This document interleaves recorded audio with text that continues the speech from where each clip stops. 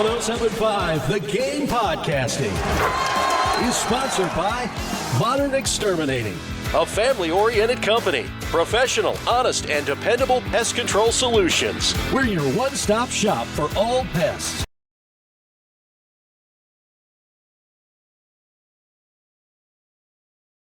On days like that, when the fundamentals, the mental errors were some of the things that may have plagued you, how much do you literally and sometimes figuratively bring out that fungo bat as a head coach to get guys to really understand the things they've got to know before a ball is pitched or hit?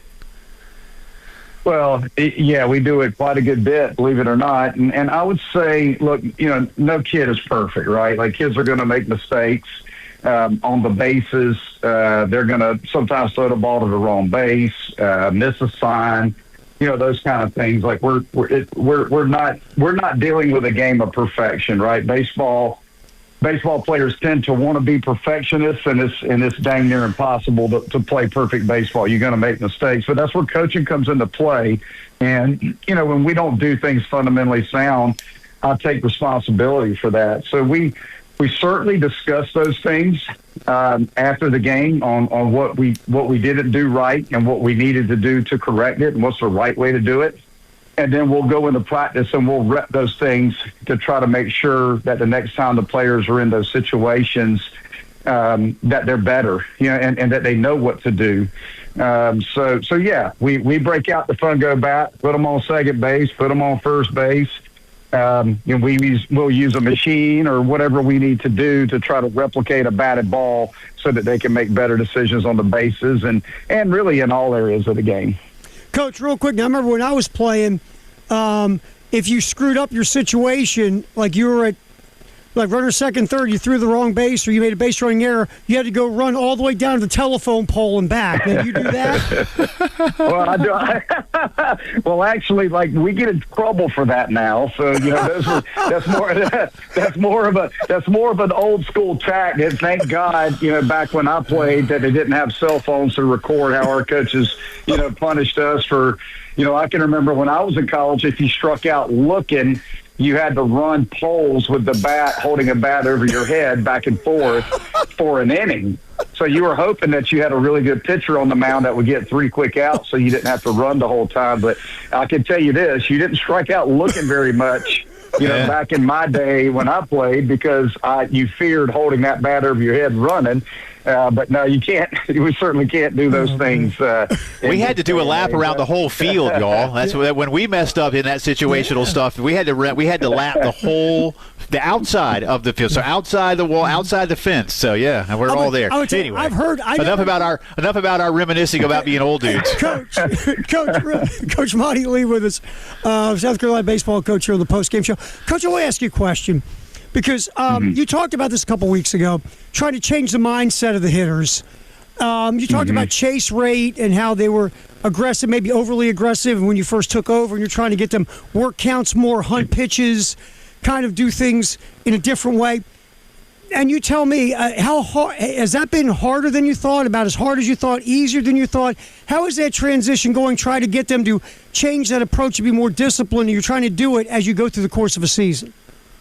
It's pretty hard, and I knew that it would be, but as a coach, I think you're always hopeful that you can make some adjustments within the team to get them a little bit better. Look, I'm not one to ever I'm not one to ever put the blame on the players. I think that's why you got into coaching, right? Like, coaches are supposed to be 100% accountable for everything that goes on within the team and how they play and how they perform. And we all know that the players have to perform, right? Like, we all know that we feel like we do a good job of preparing our guys, and they got to go out there and execute the game plan, and it certainly falls on them too. But I just think as a coach, it's your responsibility to constantly work on trying to get your team better. So it has been more challenging than I thought it would be. And all I try to do is show them, hey, guys, on games where we chase the least, look at how our numbers turn out. Like, just look at the results, look at the numbers. I think in the heat of the moment, sometimes kids, they tend to revert back, to what they believe is to be the right thing to do, and that's to be aggressive. It's been in their mind to be aggressive, and we are an aggressive offense. But I do think that, what I see with our guys is when they take a good pitch to hit, they tend to chase the next pitch. Or if they chase a bad pitch, they tend to take the next pitch. We've got to do a better job of moving on from the last pitch, because to me, it's more of a compounding effect for us. Is they're trying too hard. Our guys are pressing so hard and trying so hard because, look, they all know what's at stake. And, instead of just relaxing, sticking to your plan and playing baseball, which is really, really hard to do when you're trying to do what we do, which is playing the best league in the country, and the expectations are really high here. It's trying to find that balance of staying loose, relaxed, and having fun, but also we've got to perform. So those are challenging things as coaches we all know is part of the game here, and we just got to keep working on it. Monte, you got about a minute left, and one of the things, and again, this is some of the things we can say and observers can say, that you have this 9-game homestand, you need to probably go win, 6 of them or something like that. You can still do that. I'm curious. I know you want the guys to focus on next game, but do you guys as a staff look at a bigger picture situation in a homestand like this, or is that not something you can worry about right now to say we can still win 6 of these 9? I don't really look at it in that, you got to win 6 out of 9, 5 out of 9, 7 out of 9. I think it's really, really hard to get ahead of yourself right there. I think you just got to focus on one game at a time. But for me, I think right now for this team, I think we got 15 games to go. We got to go all in for 15 games. I think it's really about that, whether it's home or away. We've all got to be in this thing together, pulling on the same end of the rope. Just everybody's got to be all in to playing our best baseball for the last 15 games of the year, whether it's at home or on the road. We certainly want to take advantage of the home stand because we tend to play better at home. But that's the key for me right now, is every one of us has got to go all in for the last 15 games and just push all our chips in and just compete as hard as we can.